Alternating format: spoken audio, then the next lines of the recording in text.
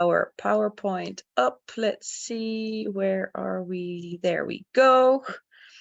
All right, so welcome. I'm going to officially start the meeting with our bell. Yep, next slide. All right, I have to see where you all went, because normally I can see you and I can't anymore. I have no idea why. So. It might be the way that you have your view. Usually there's, well, we can talk after the meeting if you want. That's and okay. maybe I can help you with it for the future. Last week it went okay, and for some reason I don't know why. I'm just gonna stop share. Just try it again. While you aren't sharing, if you go to the top right corner where it says view, you might be able to put like galley view. Let's see. Yeah, it is on galley view already. It is? Okay. Yeah, but thank you. I'm just gonna try again. Share. There we go. It was I clicked that button for optimize for videos or something when I'm sharing, and that way I don't see you, but now I just sort of deselected that and now I can see you again. Oh, great. All right. So 4-way test of the things we think, say, and do. Please unmute yourself and say it with me. Is it the truth? Is it the truth? I have a slow computer. I'm sorry. Fair to all concerned? Will it build a better friendship? Will it be beneficial to all concerned? You did perfect. So thank you so much. I wouldn't be anywhere without you guys. All right, so visitors and guests. So I'm just gonna get you all in here again so I can see you. And as somebody pointed out last week, I mistakenly said to Neil Haglund that he was a guest. He's a visiting Rotarian, so I'm so sorry, and I'll keep learning. But for now, Silas, would you like to introduce yourself to the group? Sure. So I'm Silas. The connection here is with Sam. So Sam and I participate in E4L, is another nonprofit organization, and we help STEM initiatives around the globe. So we happen to be doing some STEM initiatives together, and I was just interested in seeing this project because it's so close to home, and see how we can do. Silas, Perfect. could I put you on the spot? Because sure. we are going, and I don't know that I've told the whole group. We are going to be together. Are you gonna be there in Nairobi to pick me up? Somebody else is gonna pick you up. Okay, but I'm gonna be together with you. so tell would you mind just tell Beth, because it'll be a fun connection. Tell her where we're gonna be. So Beth, so we're going to like keep your campus in Nakuru. So we're gonna be there for a week. Presenting our STEM ideas on CBE. And then Sam, unfortunately, is not going to join us, but we're going to go to Masai Mara for a safari. We spend there a week, and I'll get a chance to go back home, which is in Western Kenya in Busia. So yeah, we're going to be back. Excited, yeah. Great. It sounds like so much fun. We'd like to get updates then. All right.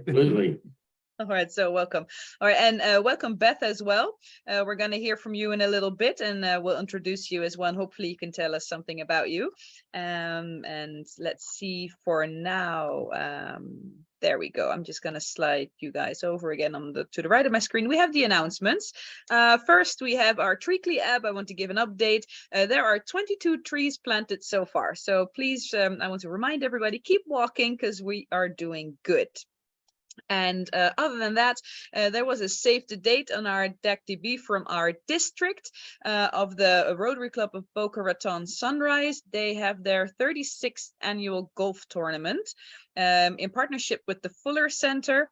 It's hosted at the Boca Lago Golf and Country Club, and the proceeds from the golf tournament will benefit the Fuller Center and the Rotary Club Boca Raton Sunrise Foundation. It is Friday, November 3rd, and you can donate or register via the QR code that you can see in this picture. It's pretty small, so you might have to go to DACDB where it's a bit larger, or you can just click the link over there on DACDB if you want to go there. All right. Are there any other people that want to announce something as well, or have anything to say at this point regarding some announcements? Nope, I don't hear anybody, so that's good. So then we're gonna move on to hashtag I Fix the Planet. So I'd like to hear from you guys what you did this week to fix the planet. Roger. And we get the screen on, put my hand on. Well, actually, it was last week, and I thought about this, and I thought, yeah, this actually works. So I'm going to kill 3 birds with 1 stone. Perfect. Last week I was sick, and as a result, I spent 3 days at home, not going anywhere. So I reduced my carbon footprint. As crazy as that sounds. The bad news is I was sick when we get to those dollars, and the good news is I'm well now. So there you go, my 3 for. You get a little money out of me for that one. Well, thank you so much for that. And I'm happy you're better again. Thank you. All right. Anybody else? Ailish. Yes, I would like to say that I had a very good friend of mine from Ireland who's a professor at the University of Florida in soil and water. And she was down with me with her husband for a couple of days, and she showed me how to take little clips from my beautiful hibiscus plant and to replant them. So we did 3 of those, and I asked her would she speak to our club, and she said she would do that. She's an expert on soil and water, and but she is going to Ireland next week for about a month, and then when she finds time, when she comes back again, she will do that. But she is certainly one of the top experts in the US on soil and water, and eco-friendly, how to deal with all of that. So that's my I Fix the Planet this week. Thank you so much. It sounds very interesting as well. So very, very good news. Thank you. Jen. Well, I similar to what we just heard, I transplanted hibiscus plants, and I also planted 3 butterfly bushes. And I'm very happy to report that the milkweed seeds that I put in last year we now have a yard full of monarch butterflies. So I'm very happy about that. Good. Oh, that sounds wonderful. It must be a great site as well. It is. It's wonderful. Great. That's good news. Is hibiscus, is it like the season for it now in Florida, or is it all year round there? They bloom almost year round if it doesn't get too cold. So, okay. That's good. They come in lots of different colors, and there's big single ones, and then there's double ones. They're very pretty. That's good. Well, I have a hibiscus in my front yard. I don't think you can. It's right out there. It's too bright. Oh, man. But yeah, it's sort of purple pink. So I like it. But it's blooming for I think a couple of weeks at tops. I think 2-3 weeks, and then it's done again. But all right. Anyway, Kraz. Hi everybody. I not sure that this connection, everybody. It's a bad connection, but we can try. Okay, well I'll try.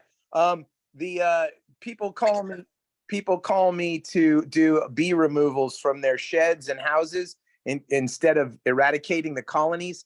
So last week I did 3 bee removals. 2 colonies from a shed and 1 from a new construction house, and then relocate them to my apiary.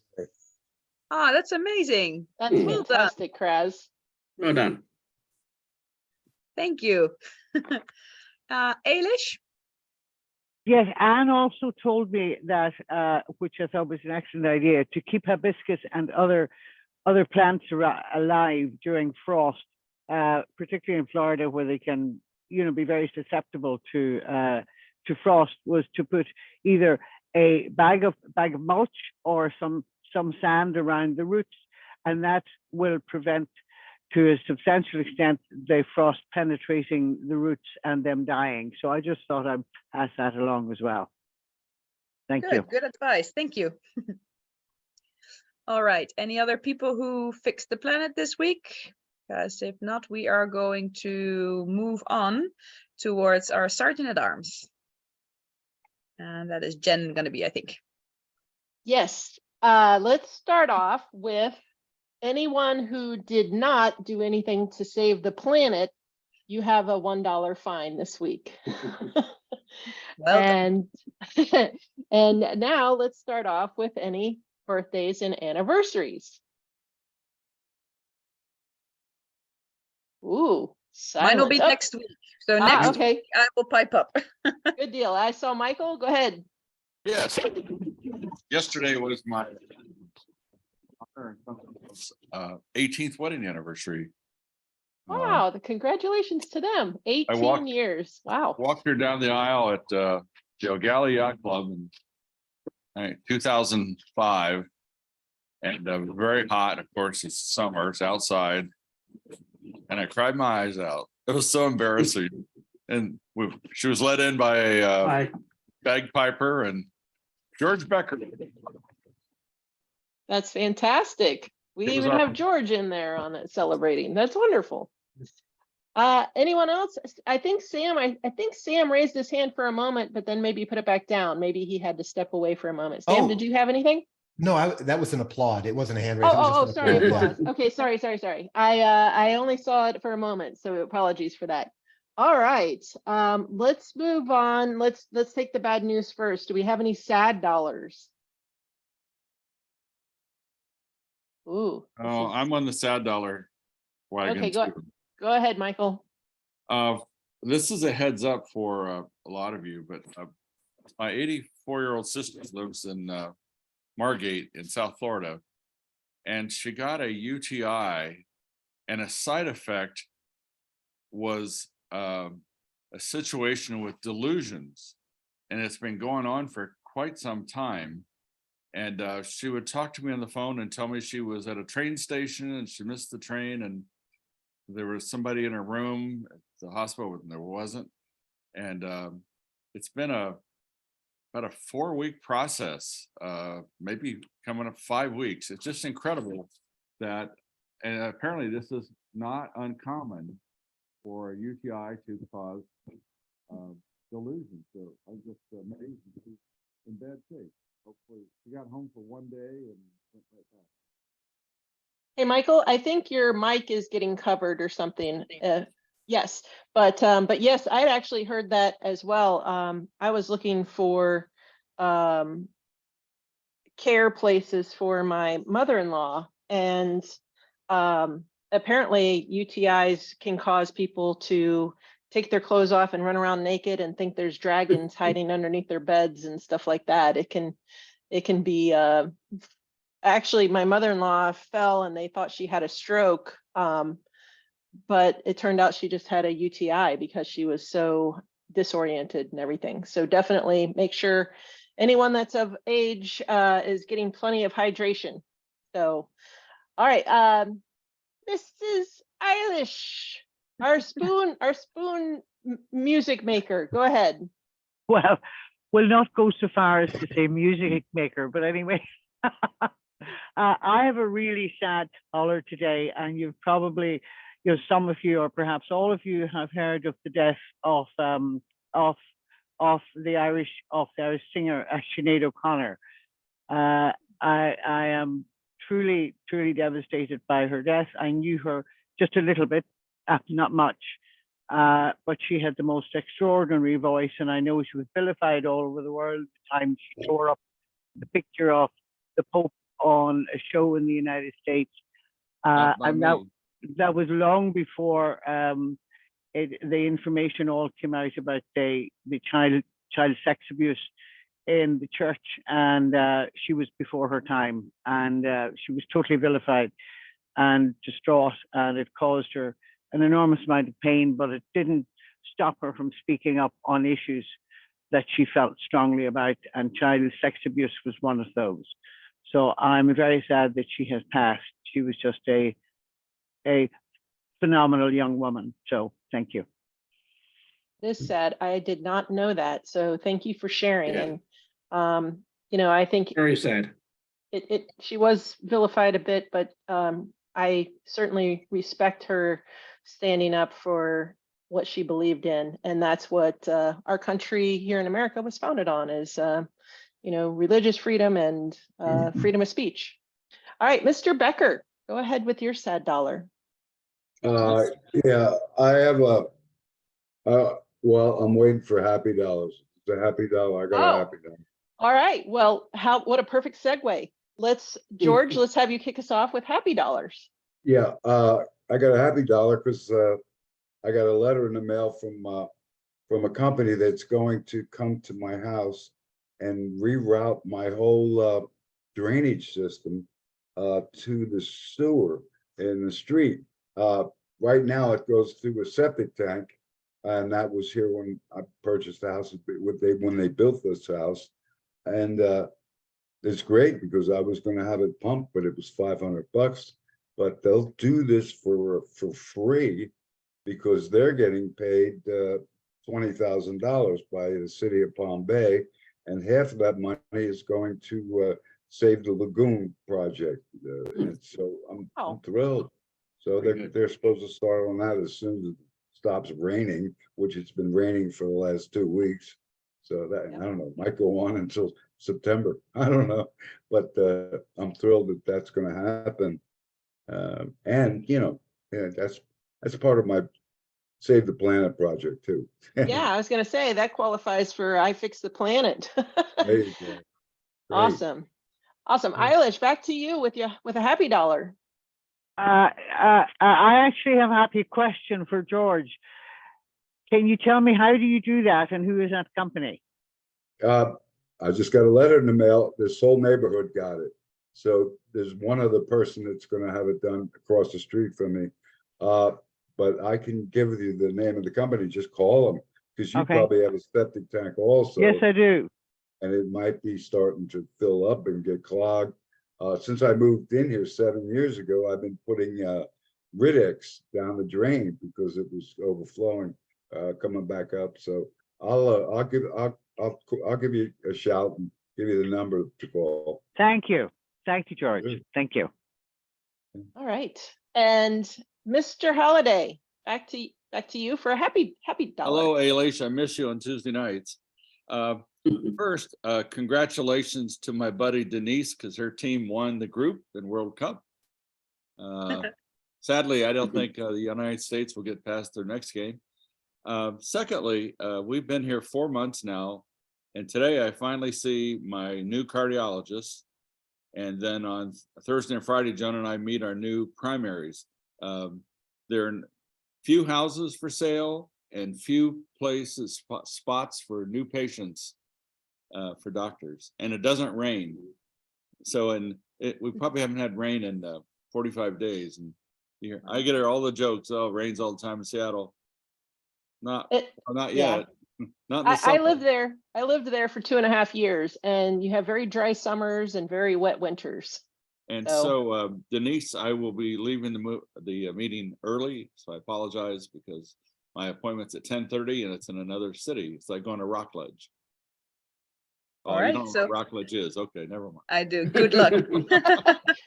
All right. Well, that sums up Sergeant at Arms. I'm going to pass it over to our president, Denise. Perfect. Thank you so much, Jen.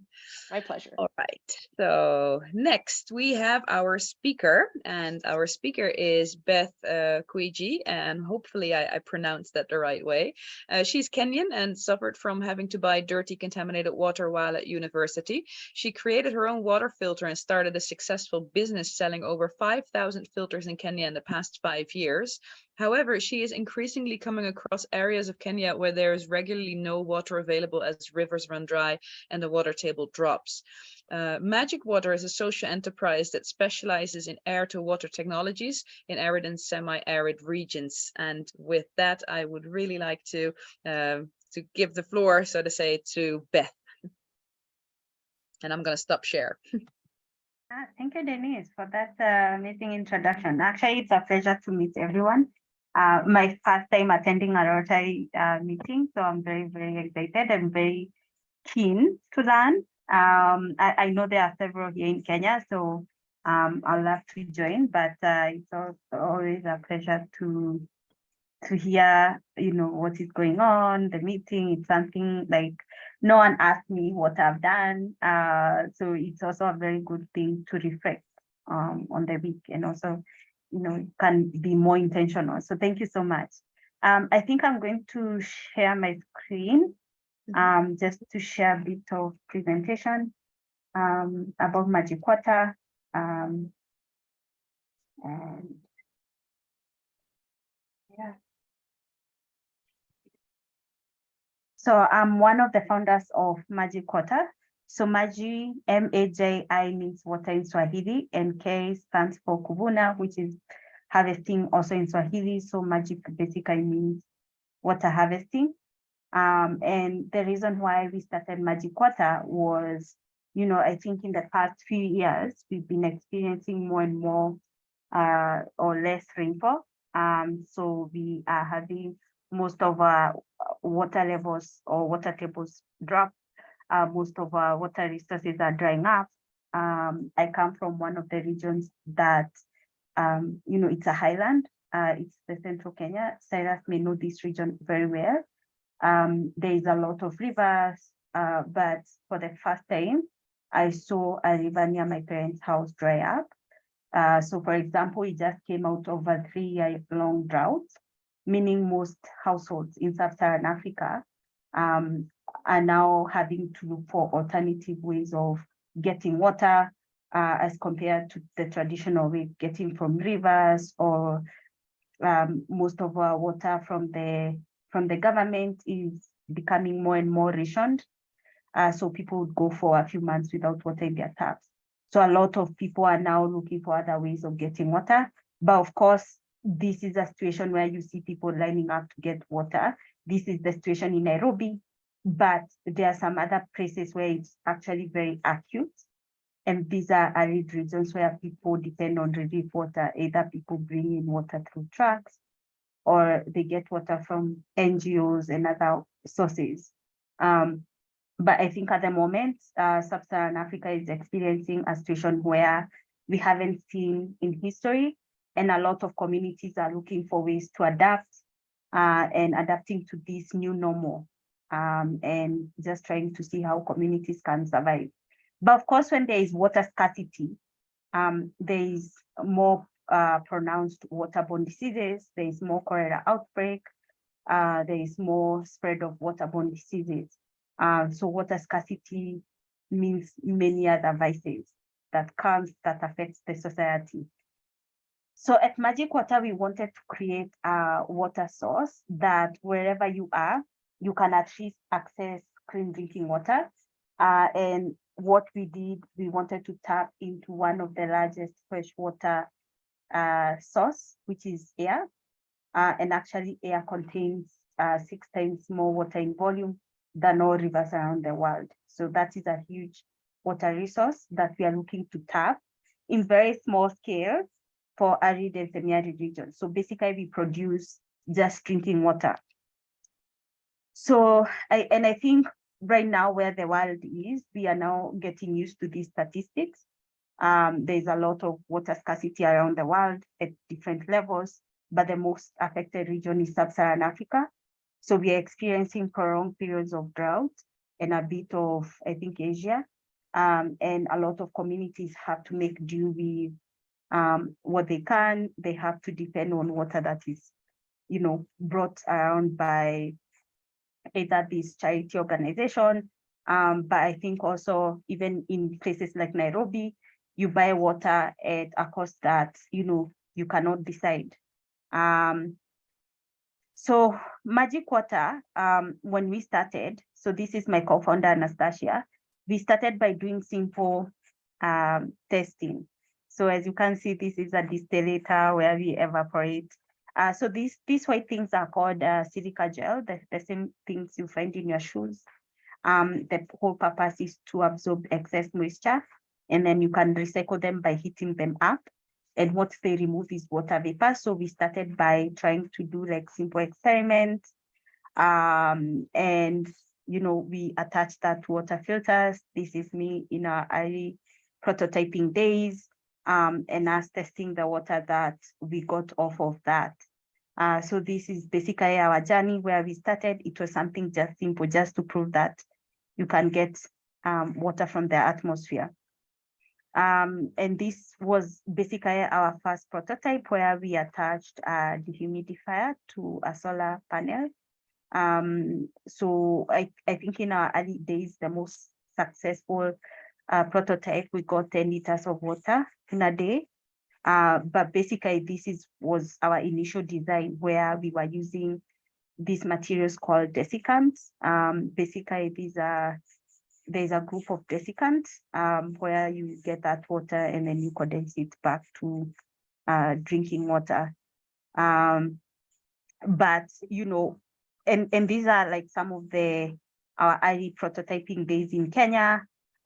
Myself with my co-founder just trying to see how can we build a system that is simple enough, but at the same time we can get a bit of water. But I like to say when we started by prototyping, I think largely because desiccants have been used for other things like dehumidification. The maximum we could get was 10 liters. And then for you to get more than that, you needed a very big surface area. So in our initial days, we decided to partner with a technology company where we started now getting semi-assembled parts, which we then assembled into this system. So each of these systems is 500 liters per day. And actually, this is one of our installations in Lokitau. This is just outside our workshop then. But this was, I think, our first installation in Kenya for specifically this size of the system. And then we did we got this is a smaller 50 liters per day. So we got it actually from a company just to test out at household level.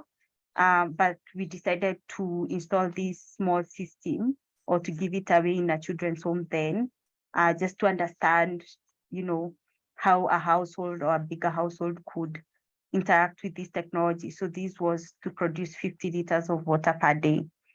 And with that, we got a lot of publicity. And I think when it comes to water sector, a lot of people are looking for hopeful stories.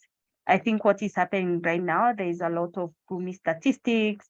The world is running out of fresh water, and people like hope. So our project actually was taken up, and we got a lot of publicity. We even got corporate sponsorship where we installed our system, but specifically to give out water to the communities around, like anyone who would need drinking water. And fast forward, I think this is one of our latest projects. And if Sam and Sarah will be in Nairobi, we can go and see this project. So this is an example of our installation in a school, where the system is providing clean drinking water to students. And when we install this system, we add filtration system just to make sure that there is no, because when you have moisture, there will be growth of microorganisms in that water. So we add filtration system, and especially if it is drinking water, but also we add a mineralization cartilage. All these things are locally, so that are sourced locally, so that people also can change them themselves. It's something people can buy off the shelf. So just to make it easier to maintain the system. But we also train, in this case, we trained a teacher on how to maintain the system every 6 months, like how to wash the air filters, how to do simple troubleshooting, what to do in case something comes up, like what are the steps to take. And this is something that we've been doing. We've been training the local people on some of these things.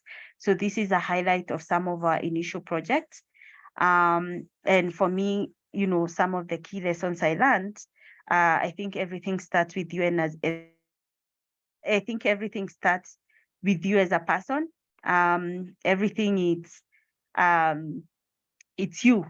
And here we have a saying that innovation, you can't be born, we are born with nothing. Everything we pick along the way. So you can't say I was born this way to do this. It's something that no one was born an entrepreneur. We are all born empty. So everything we pick up along the way. But I think for me, I would say necessity is the mother of invention. A lot of people create solution because it's something that affected them directly, and it doesn't have to be in one specific way. It doesn't have to be a certain way. And then also the other thing I've learned is to make the problem your purpose. When you see something that doesn't, make you happy, just make it your purpose to make it better. And then also, of course, learn from the best. I really value learning from people, even learning from people's experiences. Even when we go to these communities, most of them actually do most of the installation because most of the things they understand. So there's always something to learn from somebody.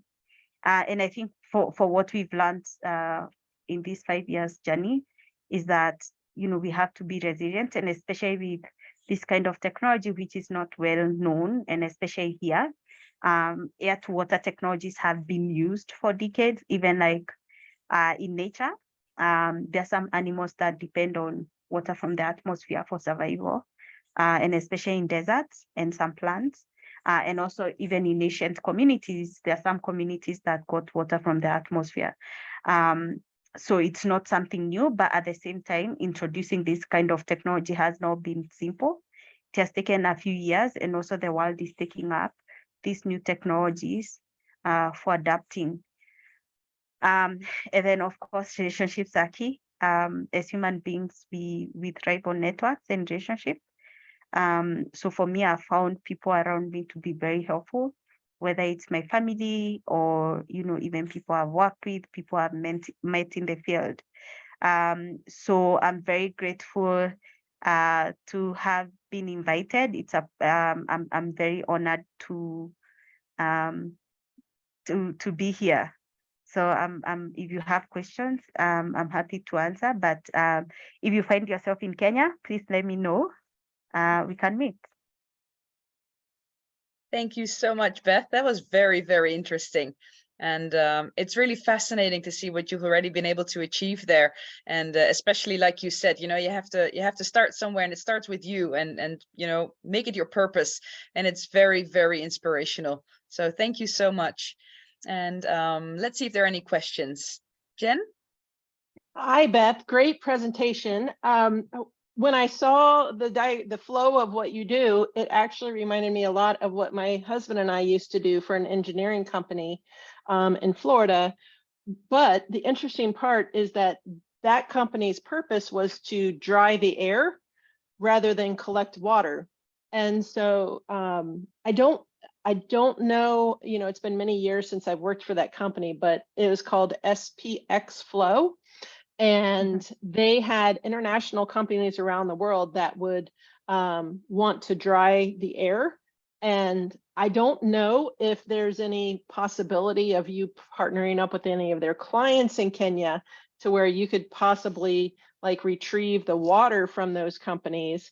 But it might be really interesting if I don't know what you do for a living, but they would probably be interested in hiring you to help with their air purification and solvent recovery systems, because I was really impressed by what you did. And if there's anything I can do to help with that, please let me know. But I don't have any connections that still work there. They've all retired.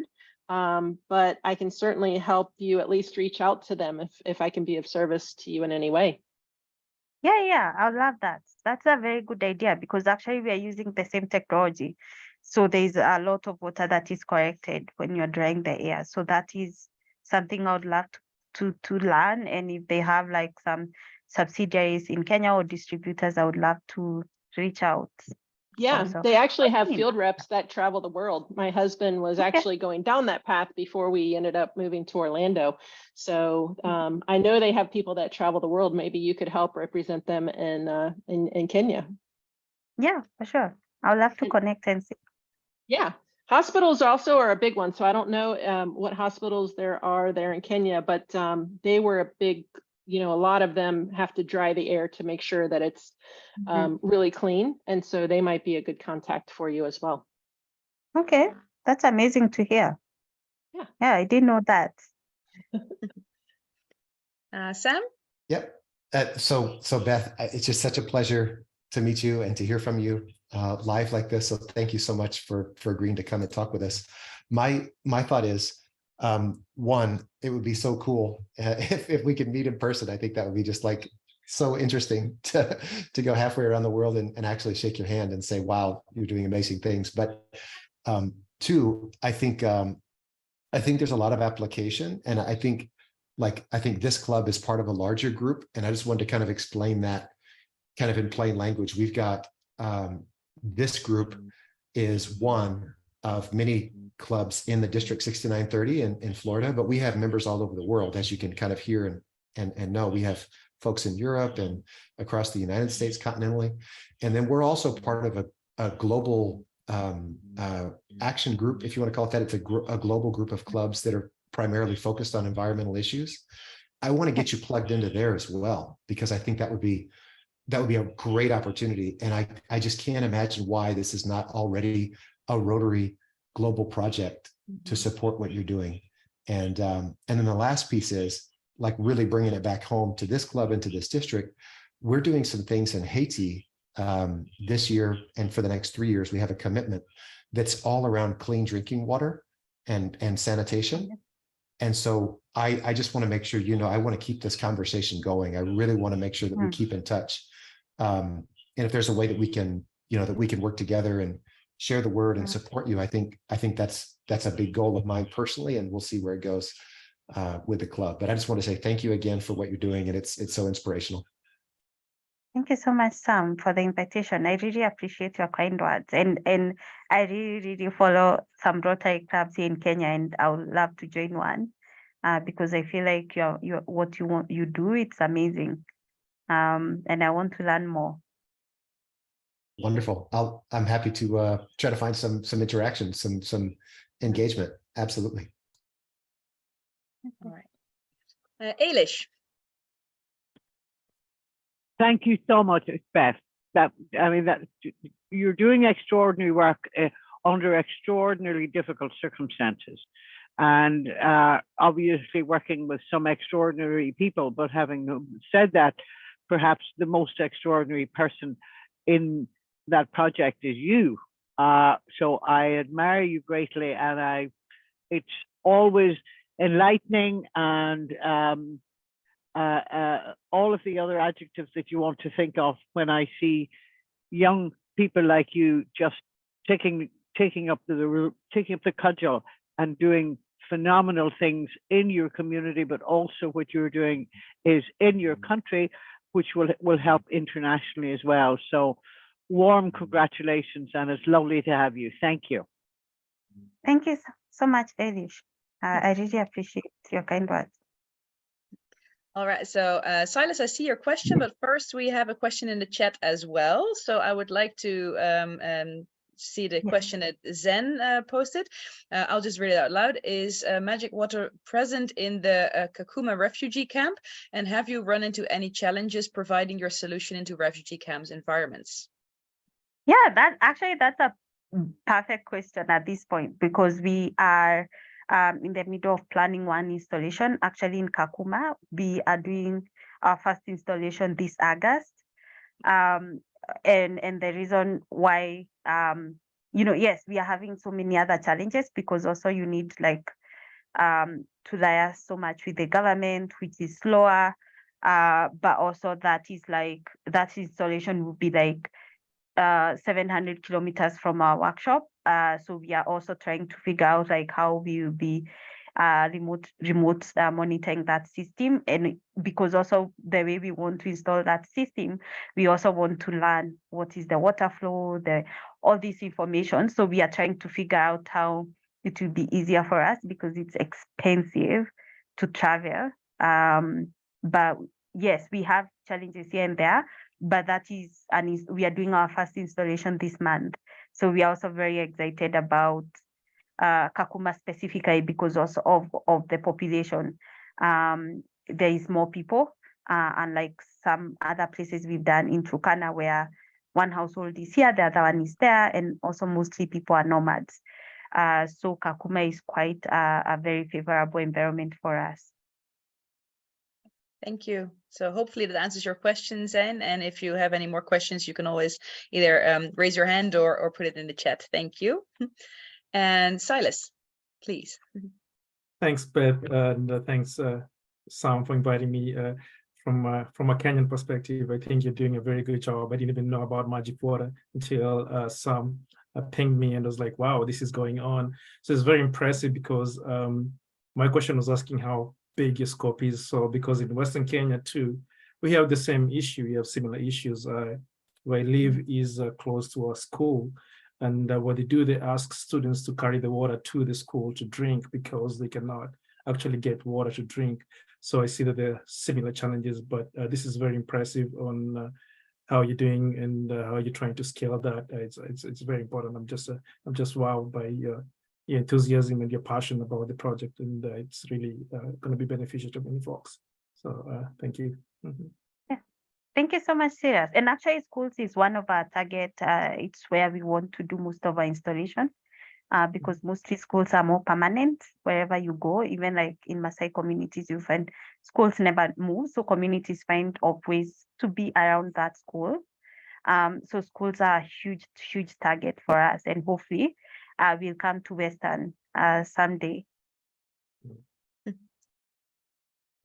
Thank you. All right. Any other questions? I don't see any hands at the moment. Well, I do have a question. It's a little bit more of a technical question, perhaps, because I was just wondering the amount of water that you can get from the air. Is it actually limited by the machine, or is it also influenced by seasonal changes? Perhaps in Kenya, are there more humid periods of time, or how does that work? Yeah, of course. There are two things that that influence the amount of water we get. One is temperature, and then the next one is humidity. So when I say that device is 500 liters per day, the humidity has to be at least 60% and above. But when the humidity is lower, like let's say 40 on average in a day, then the water production will be lower. It will be like 200 or 250 liters per day. But of course, humidity changes with seasons, and also it changes with time. So at nighttime, you have more humidity than daytime, or between 11 a.m. up to 3 p.m. So it's just about the humidity is a big factor, but also the temperature. The temperature has to be above 18 degrees Celsius, so it doesn't work well in cold seasons. All right, so that's good to know. All right, thank you. Very interesting.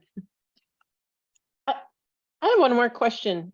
Beth, have you thought about patenting, doing a patent on what you have? Just so that way you could potentially like allow other companies to use it as at a cost, so that way it can help raise income for Majik Water.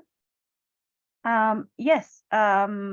So the method we use at the moment is condensation, which has been used so many years. I think even the US Army use this technology when they're deploying their army.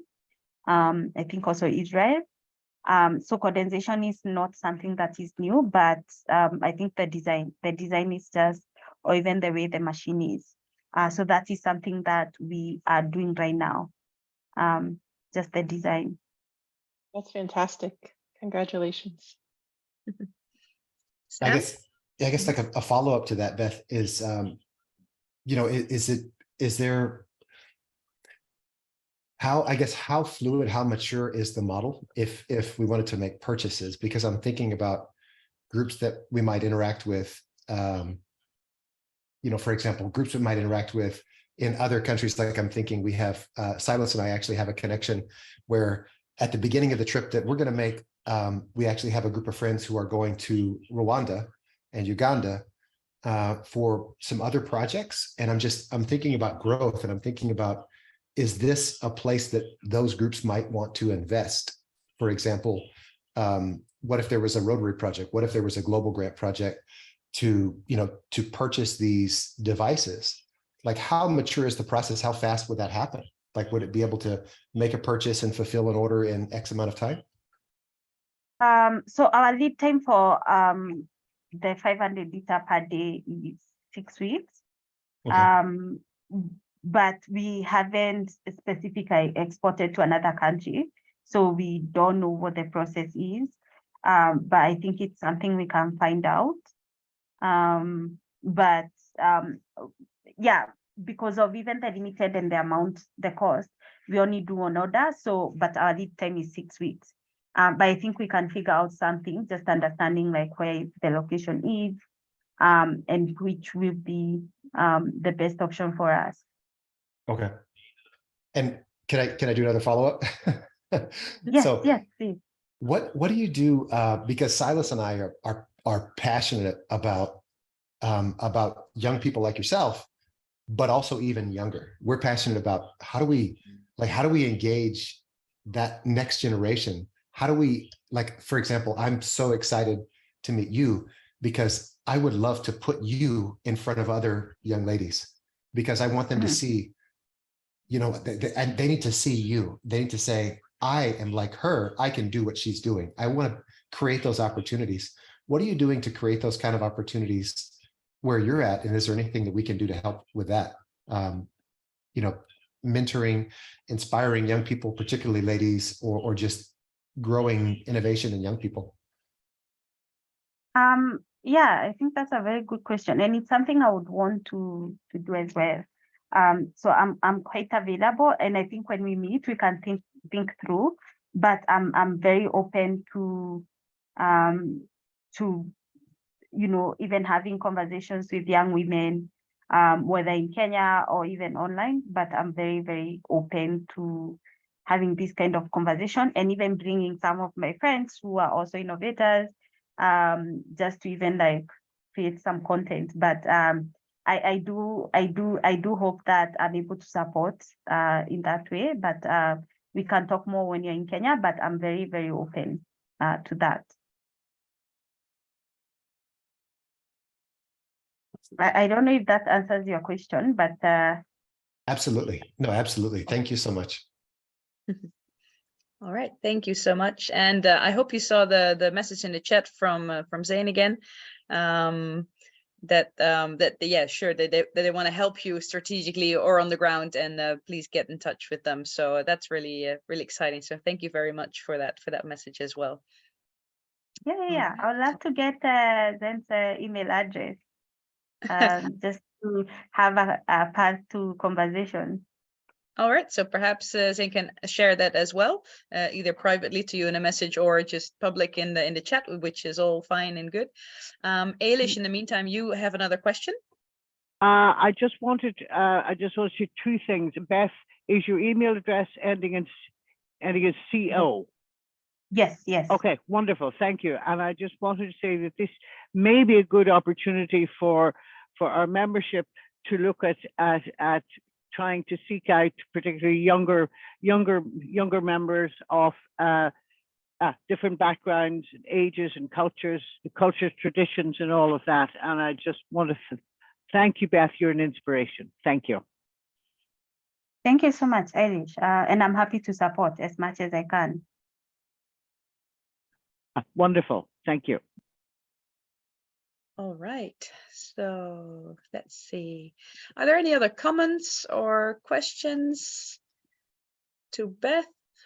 I don't see anything. So Beth, I really again would like to thank you for your participation in our club today and for your talk. It has been said many times before, but really it is so inspiring to have you here and to see what you've achieved so far. And hopefully you can get a lot further, and hopefully that we can find a way to support you as well, and stay in touch and involve you in future projects. That would be amazing. Yes, for sure. Thank you so much. And I think Kimberly is in Kenya. I'll try to meet up with her. Yeah, Kimberly is there. I saw that on Facebook, I believe. I'm sorry, I couldn't do the time thing well enough, apparently. I thought you were 8 hours, and so I signed in late. I'm so sorry I missed you, but I'm in Nairobi until Friday, so I'm at the trademark. Oh, okay. I can try and come and, oh, the Trademark Hotel, yeah? Yeah, and we're teaching over at the Tribe. So I'm teaching a Ah, class for for USAID at the Tribe. Oh, okay. Do you want to email me your contact? We can try and meet up. Let me put my email in the chat for you because I don't have anything right now to write with. Okay. So I'll put my email in the chat. Okay. So that would be wonderful. You two can meet up. Yeah.